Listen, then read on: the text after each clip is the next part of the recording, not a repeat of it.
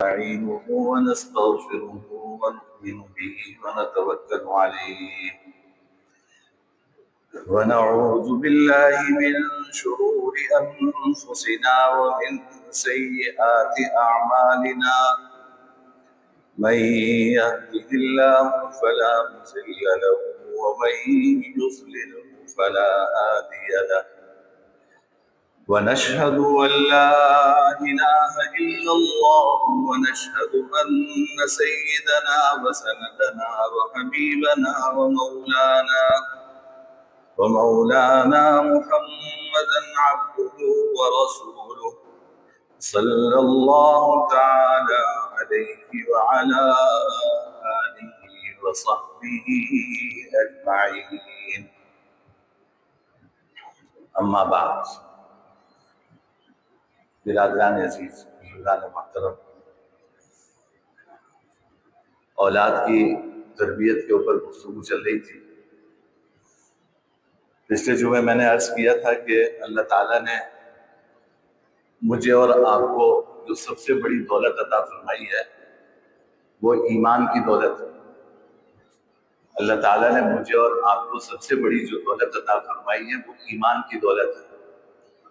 میں نے عرض کیا تھا کہ ہم گناہوں کے لحاظ سے کتنے ہی سیاہکار کیوں نہ ہوں، اعمال ہمارے کتنے برے ہی کیوں نہ ہوں، لیکن اگر ایمان کی دولت ہمارے پاس ہے تو اللہ تعالیٰ اور اس کے حبیب کا وعدہ ہے کہ انشاءاللہ ہمیں جنت نصیب ہو۔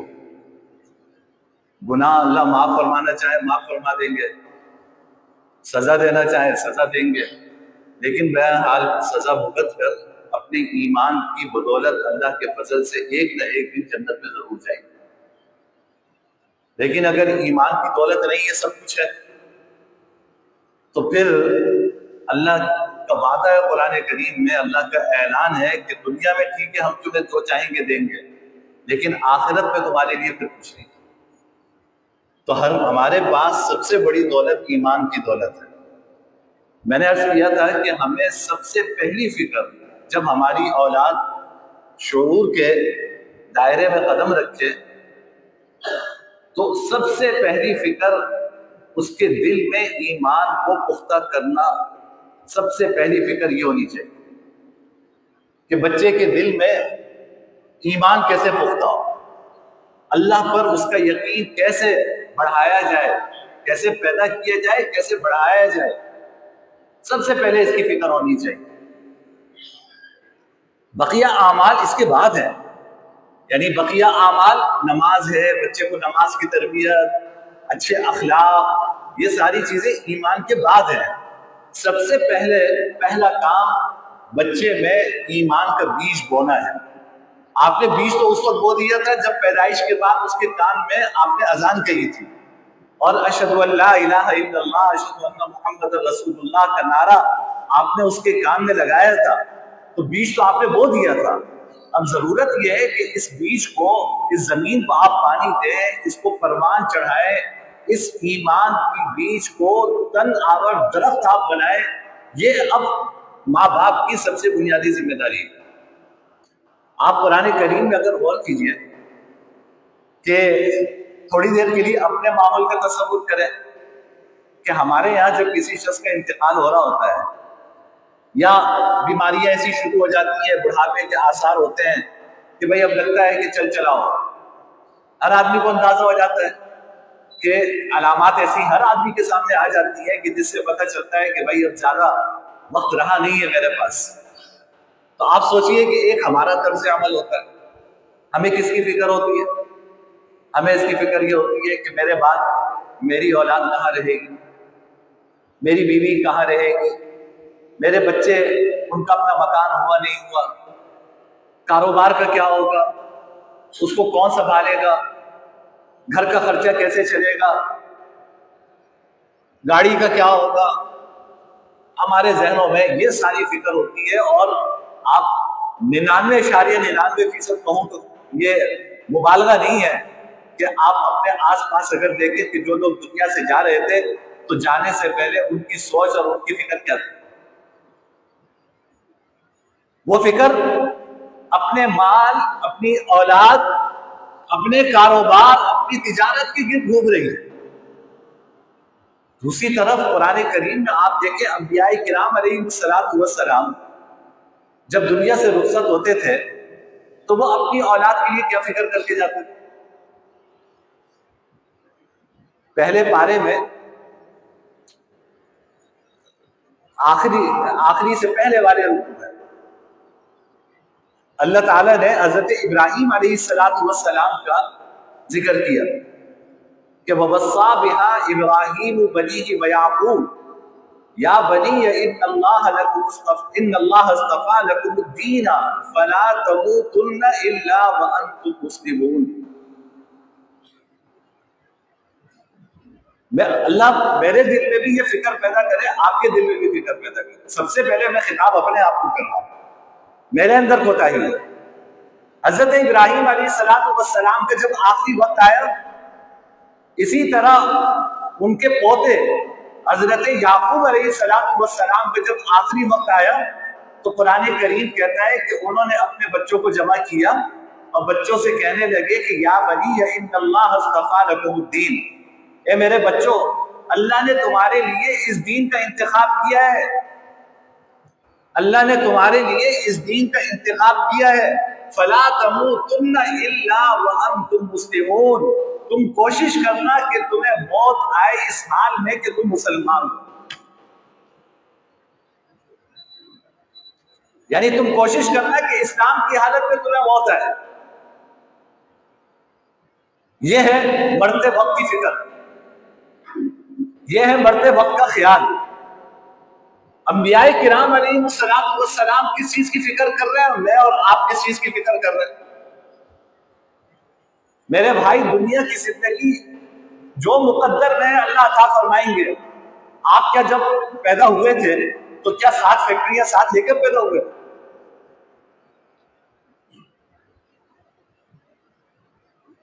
سونے کا چمچ لے کے پیدا ہوئے؟ آپ بھی تو آئے تھے خالی ہاتھ سے۔ والد کی مالی حالت کتنی کمزور تھی، اللہ تعالیٰ نے وسعت عطا فرمائی، والد کو وسعت عطا فرمائی، آپ کو وسعت عطا فرمائی۔ آج آپ کا اپنا گھر ہے، آپ کا اپنا بنگلہ ہے، بیوی بچے ہیں، بچوں کا کاروبار ہے، یہ سب کچھ اللہ نے آپ کو عطا کیا، تو آپ یہ کیوں سمجھتے ہیں کہ آگے آپ کی اولاد کو اللہ یہ نہیں دے؟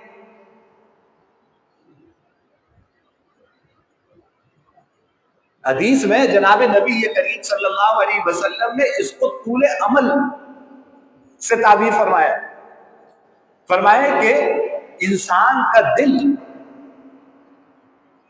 سب سے زیادہ سخت جو ہوتا ہے نا، یعنی جس دل میں نہ کبھی رونا آتا ہے، نہ کبھی اللہ یاد آتے ہیں، نہ کبھی آخرت کی فکر آتی ہے، دل میں دل سخت ہو جاتا ہے، پتھر ہو جاتا ہے۔ فرمایا کہ اس کا ایک بہت بڑا سبب کیا ہے؟ طول العمل۔ اس کا بہت بڑا ایک سبب ہے لمبی لمبی امیدیں باندھنا۔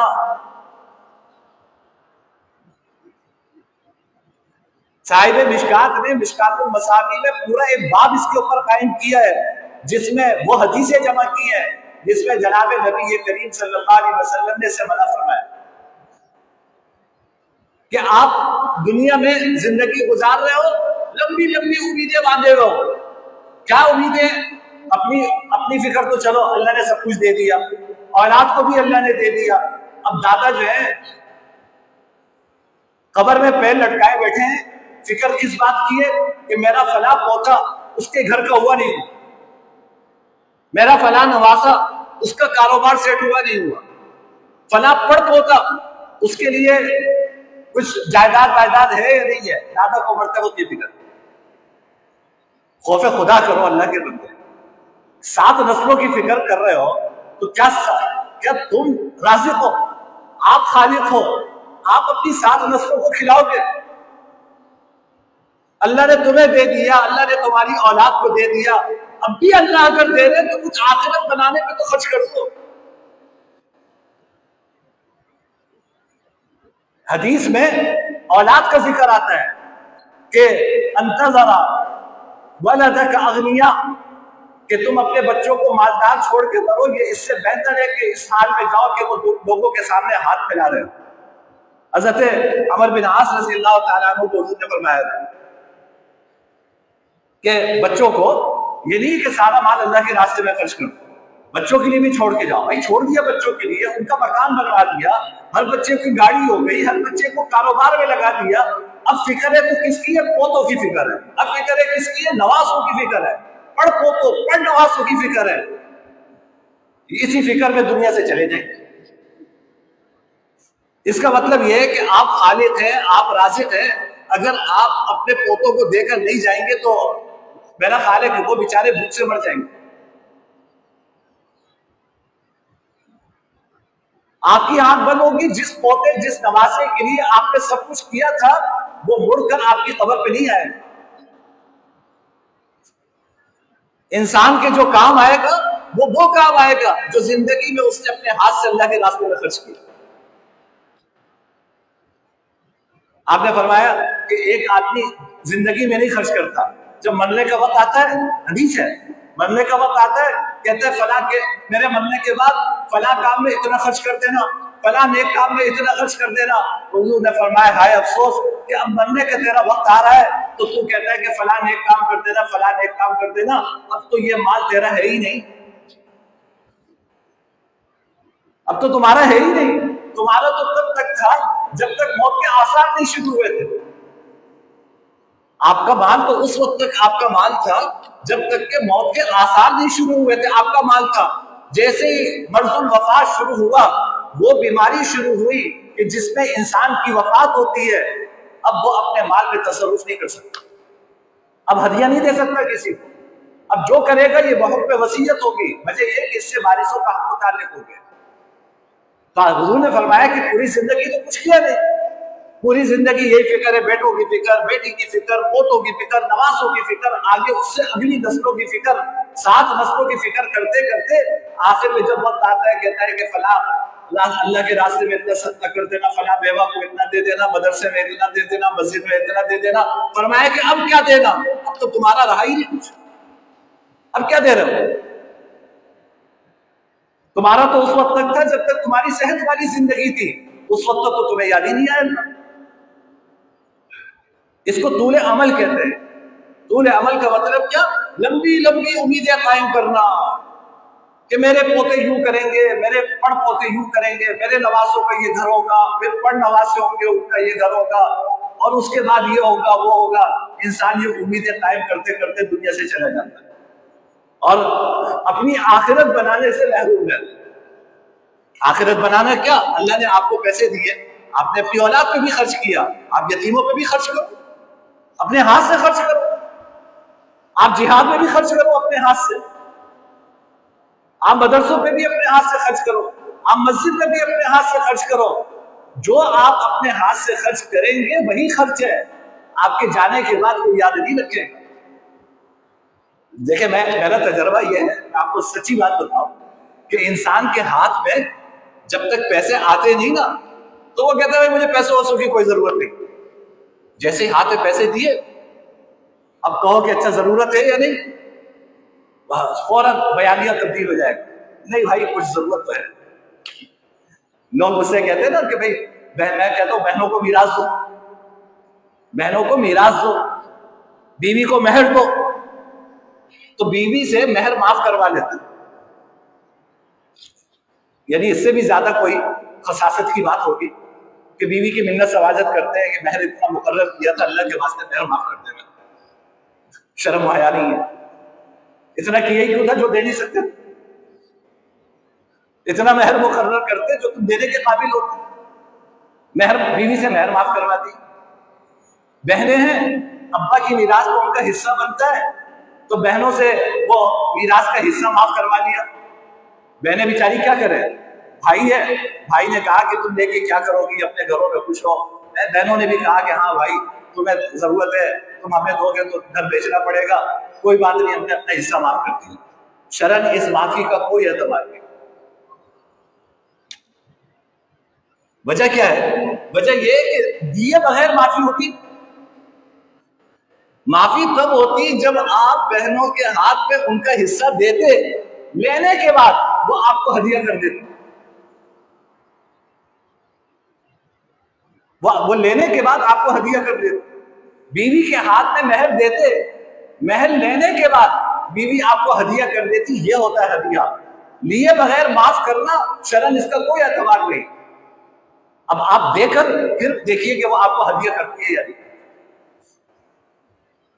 ابھی بدھ کے دن کی بات ہے، میرے پاس آفس میں ایک صاحب ہے، کہنے لگے کہ مفتی صاحب آپ بیان میں کہا کرتے تھے نا، کہتے ہیں کہ بالکل ایسے ہی واقعہ پیش آیا. پھپھیوں کا حصہ تھا تو پہلے تو وہ سب یہی کہہ رہی تھی کہ بھائی ہمیں نہیں چاہیے حصہ، بھائی تو بھی رکھ لو.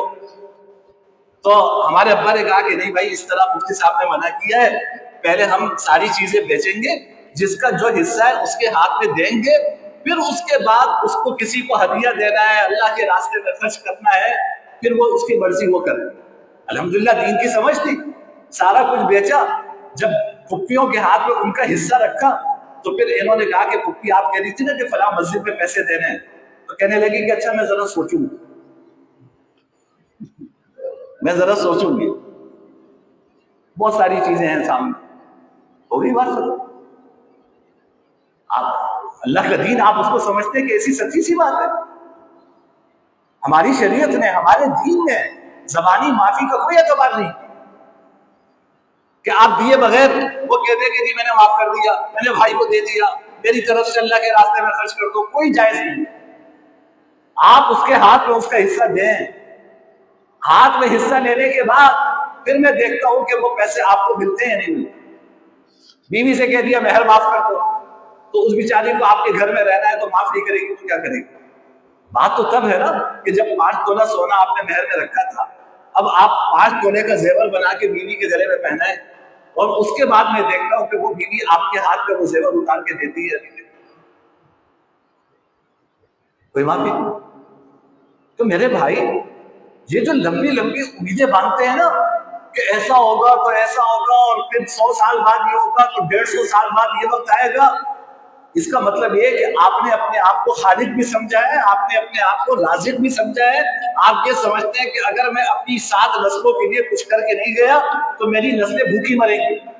اگر بھوکا مرنا ہوتا تو آپ مرتے، بجائے کہ جس وقت آپ پیدا ہوئے تھے آپ کا کاروبار آپ کے ابا کا ایسا نہیں تھا.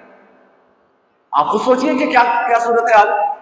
اس مشکل حالات میں اللہ نے آپ کے خاندان کا ہاتھ پکڑا، آپ کے ابا کو ان کے کاروبار میں برکت دی، اللہ نے آپ کے کاروبار میں برکت دی، اللہ نے آپ کے بچوں کے کاروبار میں برکت دی.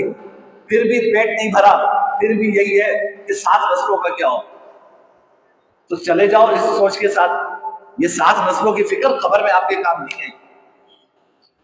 قبر میں انسان کے وہ کام آئے گا جو اپنے ساتھ لے کر جائے. اللہ الا ما انفقت او تصدقت، کہ تمہارے لیے تو وہی ہے جو تم نے خرچ کر کے پیٹ میں ڈال دیا، یا وہ ہے جو تم نے اپنے ہاتھوں سے صدقہ کر دیا. یہ ہے تمہارے لیے. اور تم یہ سمجھو کہ تمہارے جانے کے بعد تمہارے بچے تمہارے لیے کار خیر کریں گے، صدقہ کریں گے. ایسا کچھ نہیں ہو، ایسا کچھ نہیں ہو. تو میں یہ عرض کر رہا تھا کہ سب سے بڑی دولت ایمان ہے. انبیاء کرام علیہ السلام جب دنیا سے رخصت ہوتے تھے نا تو اپنے بچوں کے ایمان کی فکر کرتے ہوئے دنیا سے جاتے تھے. حضرت ابراہیم، حضرت یعقوب، قرآن کریم میں پہلے پارے کے آخر میں اللہ تعالیٰ ان کی وصیت ذکر فرما رہے ہیں. کیا کہہ رہے ہیں اپنے بچوں کو مرتے وقت؟ لا تموتن الا وانتم مسلمون. میرے بچوں، دنیا سے اس حال میں جانا کہ اسلام پر قائم. اس وقت جو دین برحق تھا وہ بھی اسلام تھا، کہ جو دین برحق ہے، جو ہمارا لایا وہ دین ہے، اس کے اوپر ثابت قدم رہتے ہوئے دنیا سے جانا. اب ذہن میں سوال یہ پیدا ہوتا ہے کہ بھائی مرنا تو انسان کے اختیار میں ہے ہی. سوال نہیں ہوتا کہ بھائی حضرت ابراہیم کہہ رہے ہیں، حضرت یعقوب کہہ رہے ہیں کہ تم مسلمان ہونے کی حالت میں دنیا سے جانا. سوال یہ ہے کہ میں دنیا سے کس حالت میں جاؤں گا، یہ تو میرے اختیار میں نہیں ہے. علماء نے لکھا، حدیث میں اس کا جواب دیا ہے. جناب نبی کریم صلی اللہ علیہ وسلم نے فرمایا کہ تموتون کما تحیون وتحشرون کما تموتون. تم کہتے ہو مرنا اختیار میں نہیں ہے، تموتون کما تحیون، جیسی زندگی گزارو گے ویسی موت آئے گی. تم چاہو کہ زندگی من مانی گزارو، زندگی اپنی خواہش کے مطابق گزارو، اور مجھے موت جو ہے وہ انبیاء کرام کی موت ہے، اور میرا حشر جناب نبی کریم صلی اللہ علیہ وسلم کے ساتھ ہو، تو میرے بھائی یہ صرف جنون ہے اور کچھ نہیں۔ اللہ کے حبیب فرما رہے تموتون کما تحیون، جیسی زندگی گزارو گے ویسی موت آئے گی، وتحشرون کما تموتون، اور جیسے تمہیں موت آئے گی ویسے ہی تمہارا حشر ہوگا، جیسی تمہیں موت آئے گی ویسے ہی تمہارا حشر ہوگا۔ تو اس لیے اگر اسلام پر مرنا چاہتے ہو، ایمان پر مرنا چاہتے ہو، تو ایمان والی زندگی گزارو، اعمال والی زندگی گزارو۔ انشاءاللہ جب زندگی اعمال والی گزرے گی، زندگی ایمان والی گزرے گی، اللہ ایمان والی موت بھی نصیب فرمائے گی۔ تو حضرت ابراہیم علیہ السلام، حضرت یعقوب علیہ السلام دنیا سے جاتے ہوئے بنگلے کی وصیت نہیں کر رہے، کاروبار کی وصیت نہیں کر رہے، اپنے بچوں سے کہہ رہے لا تموتن الا وانتم مسلمون، کہ بیٹا ایمان کی حالت میں دنیا سے جانا۔ اور اسی سے اگلی آیت میں ہے کہ ام کنتم شہداء اذ حضر یعقوب الموت اذ قال لبنیہ ما تعبدون من بعدی۔ اللہ فرما رہے کہ تمہیں پتہ ہے کہ جب یعقوب کی موت کا وقت آیا، اذ حضر یعقوب الموت، جب یعقوب کی موت کا وقت آیا تو قال لبنیہ، یعقوب نے اپنے بچوں سے کیا کہا، ما تعبدون من بعدی، بیٹا میرے مرنے کے بعد کس کی عبادت کرو، یہ ہے فکر۔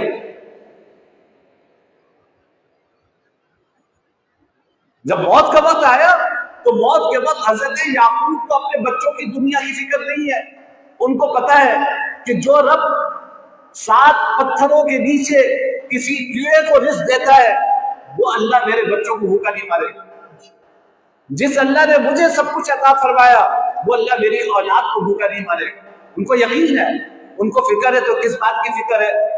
ان کو فکر یہ ہے کہ بیٹا میرے بعد عبادت کس کی کرو۔